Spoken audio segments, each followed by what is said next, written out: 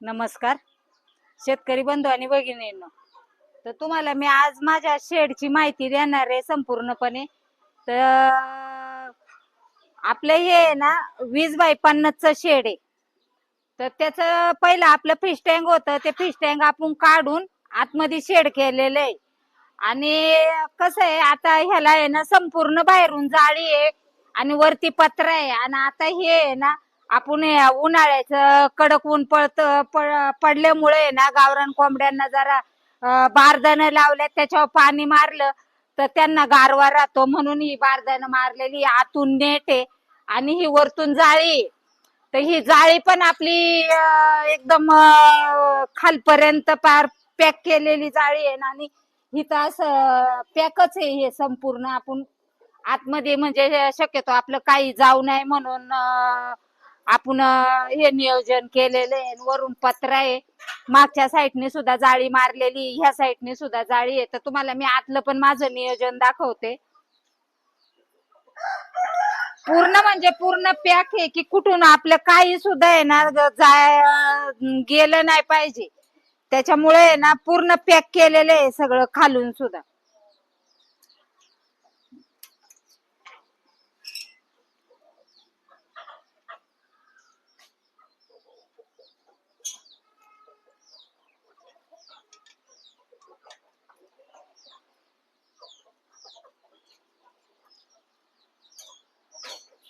आता हे आपलं आहे ना वरतून सुद्धा पूर्ण आहे ना जाळी मारली ना. आता ह्या उन्हाळ्यामुळे ना हवा जरा खेळती राहावा म्हणून आपण वरचे पडदे काढलेले आहेत, इकडचे पण काढल्यात. आणि आता पावसाळा चालू झाल्याच्या नंतर आपण ते परत लावणार आहे. आता हिथं काय केलेलं आहे, आपण उकिरंडा केलेला आहे की आता हा उकिरंडा साफ केलेला आहे मी. आणि आपलं कोंबड्यांची काही असू खाण्यापिण्याचं संध्याकाळचं, समजा मी सकाळ संध्याकाळ साफसफाई करते ना, तर हे जे आपलं खाद्य राहिलेलं असतं ना, तर मी ह्या उकिरंड्यावरती टाकून देते, मग त्या तिथं जाऊन बरोबर खात्यात. आणि ही वरती जी जाळी मारलेली आहे ना आपण, तर ही आपल्या सशांच्या पिल्लांसाठी मारलेली आहे.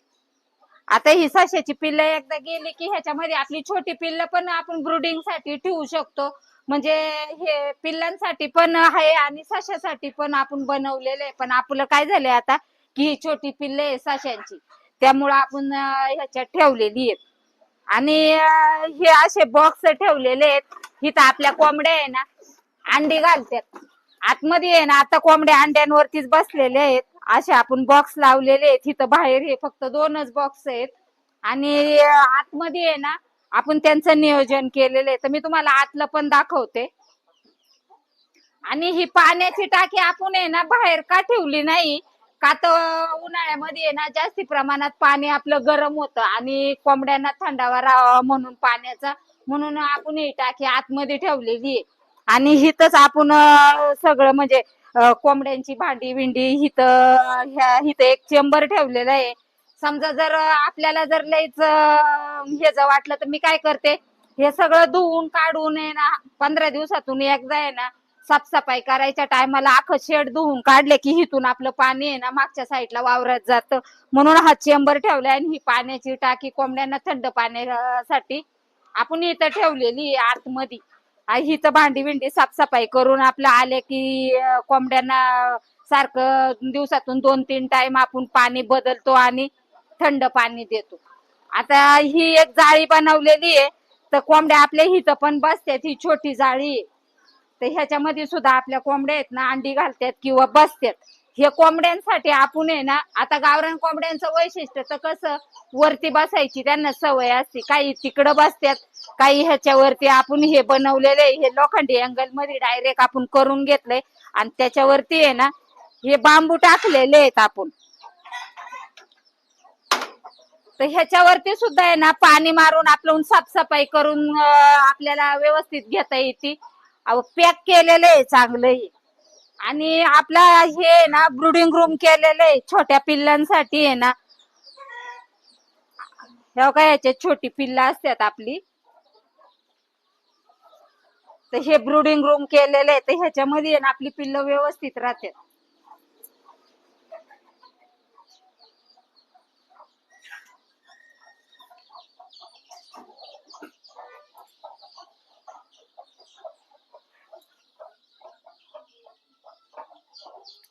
आता हे आतमध्ये आपण काय केलेलं आहे, आपण आहे ना पहिले डबे लावले होते.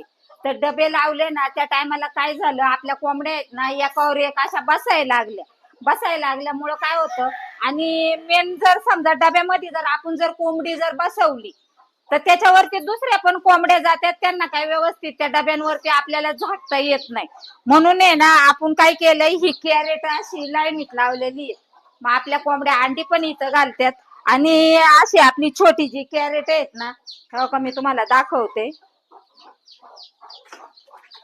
आता ही मोठी कॅरेट आहे सगळी, हे अंडी तर इथं घालतातच आहे, पण जर शक्यतो आपण जर कोंबडी जर बसवली तर अशी छोटी कॅरेट आहेत ना, लगेच आपण ह्या कोंबडीवरती अशी झाकून जर ठेवली ना तर व्यवस्थित कोंबडी आपली पिल्ल काढती आणि दुसऱ्या कोंबड्या पण तिच्या पैशी जात नाही. त्याच्यामुळे ना हे नियोजन आपलं आहे ना, आपण कॅरेटांचं केलेलं, डब्यांचं केलेलं नाहीये इथं. तर इकडं आहे ना सगळं आपलं कॅरेटच लावलेली आहेत.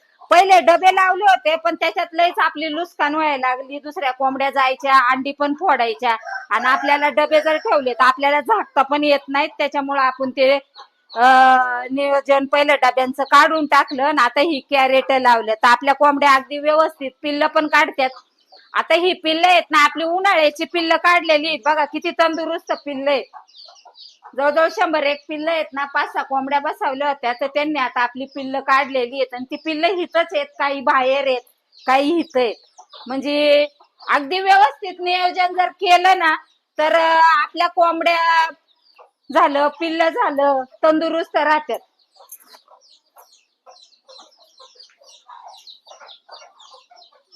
आणि हिथं म्हणजे काय केलेलं आहे, हे त्यांना आहे ना, हे माती आहे ही, ह्याच्यामध्ये आहेत ना आपल्या कोंबड्या आहे ना चांगल्या प्रमाणात, म्हणजे असं दुपारच्या आहे ना गारव्याला अशा खेळतात, बसतात, अंग विंग त्यांचं असे लोळवतात ना, तर त्यांचं ते हिथं आपलं करतात आणि उकिरंडा म्हणलं ना, तर उकिरंड्यामध्ये जे आपण टाकतो तर ते 8-10 दिवसातून आहे ना, मी काय करते, ते खराब जर झालं ना तर वरच आहे ना, तो उकिरंडा आहे ना सगळा साफ करते. आठवड्यातून 2 टाइम आपल्याला ते पण केलं पाहिजे.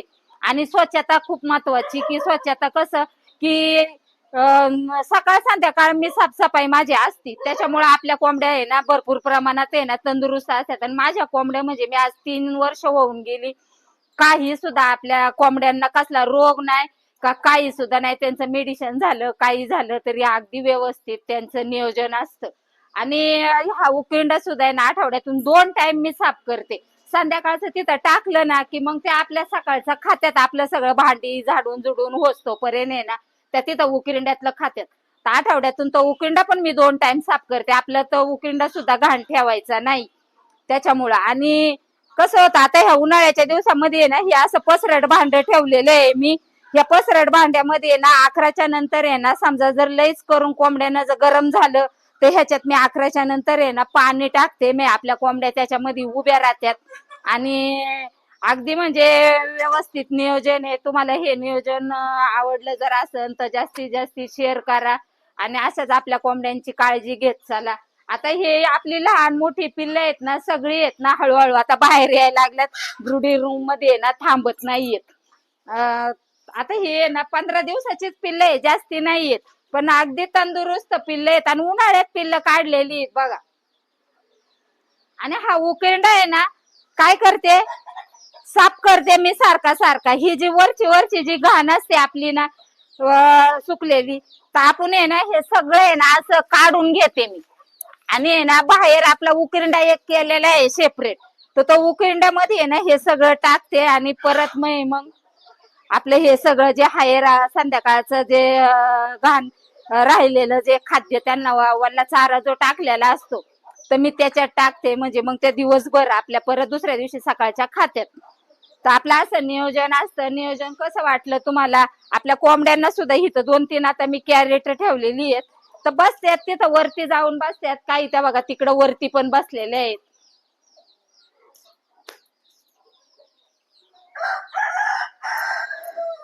अगदी सुंदर नियोजन जर केलं आणि आपण जर त्यांची जर काळजी घेतली तर ते आपली काळजी घेणार आहेत.